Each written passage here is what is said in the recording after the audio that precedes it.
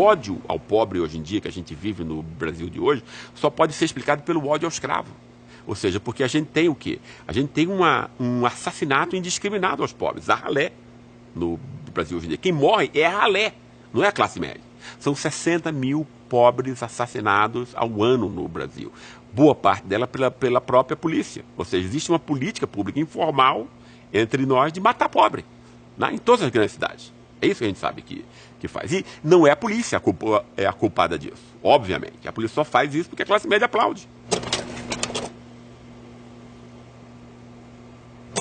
A gênese dela tem a ver com estudos teóricos que eu havia feito e que eu tinha percebido que a interpretação do Brasil, né, tinha engendrado a noção de uma singularidade baseada especificamente na forma do Estado, ou seja, a questão do patrimonialismo, né? Porque quando você escolhe uma ideia para ela ser a mais importante, significa que você deixa as outras na sombra, né? E o que tinha se deixado na sombra, no fundo, é a desigualdade patologicamente abissal que nós temos aqui, né? É isso que é mais importante. Quer dizer, não tem nada que singularize mais o Brasil do que isso. A Alemanha fez um enorme esforço econômico e político para incluir 17 milhões de alemães orientais, né? O que a gente faz aqui é deixar 70 milhões de pessoas, né, no lixo, basicamente, né? É isso que precisa ser pensado no Brasil, né? Como resgatar essa classe, como incluir essa classe. Por que você jogar no lixo 70 milhões? As pessoas tendem a imaginar que a competição social começa na escola. Isso não é verdade. A competição começa na barriga da mãe, e até antes disso, né?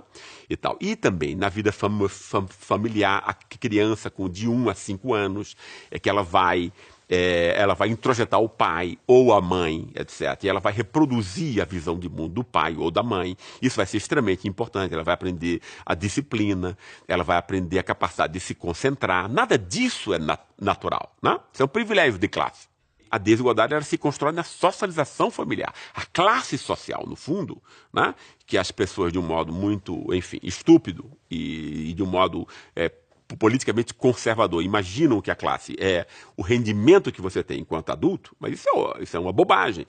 Por quê? Porque você tem alguma renda quando você é adulto, e essa pré-história inteira, que vai explicar, no fundo, porque alguns ganham 500 mil ao mês e outros ganham 500 reais.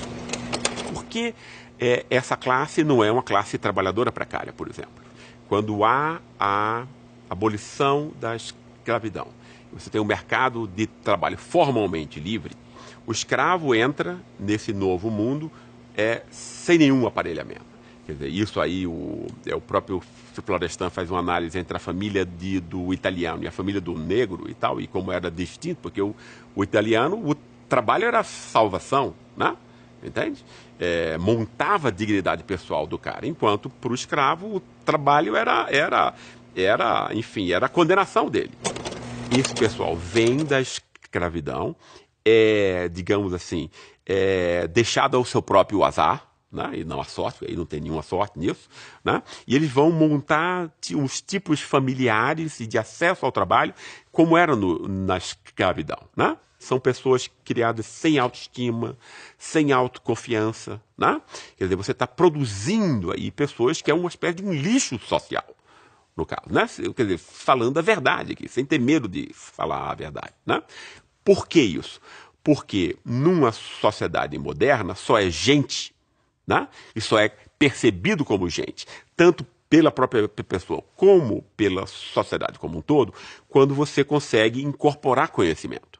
É claro que o conhecimento, por exemplo, da classe média é o conhecimento valorizado, legitimado, né, de curso de pós-graduação, né, de cursos de línguas, etc., etc. E é isso que vai fazer juízes, professores universitários, procuradores, né, e tal, né? O esquema da classe média como uma classe privilegiada. Mas logo abaixo dela, a classe trabalhadora, em uma medida importante, né, tem acesso a conhecimento, senão ela não vai movimentar as máquinas. Por exemplo, de uma fábrica. Ela não vai poder, né, enfim, trabalhar em nenhuma das formas que um mercado econômico competitivo exige, né? Então ela tem que ter o quê? Conhecimento dentro dela, né? A ralé diferentemente da classe trabalhadora, ela não tem os estímulos nem para ter sucesso escolar. Né? Então a gente pode dizer que é uma classe que chega com 5 anos, né? Na escola como perdedora já. E quando ela não consegue aprender na escola, né? Ela vai, como analfabeta funcional, vai ter poucas condições de entrar no mercado competitivo, né? Mercado econômico competitivo. Então ela vai vender o quê no mercado de trabalho? Se não é o conhecimento que ela não foi capaz de incorporar, não por culpa dela, mas porque ela foi abandonada, né? Uma classe abandonada, humilhada, não é isso? Então ela vai ter que vender a sua energia muscular, como um animal, como um escravo faz. Essa classe vai ser exatamente a classe, por exemplo, das empregadas domésticas, que é o emprego feminino mais representativo no Brasil, não é isso? Então isso significa que 80%, 90% das mulheres dessa classe são todas elas faxineiras, babás, empregadas domésticas, etc. Não é isso? Trabalhando sobre as piores condições pessoais. Ela reproduz o quê? O escravo doméstico. O que é que a classe média faz? A classe média rouba o tempo dessas pessoas. O tempo não existe nada mais precioso do que o tempo. Né? Então você rouba o tempo, você compra a preço vil, né?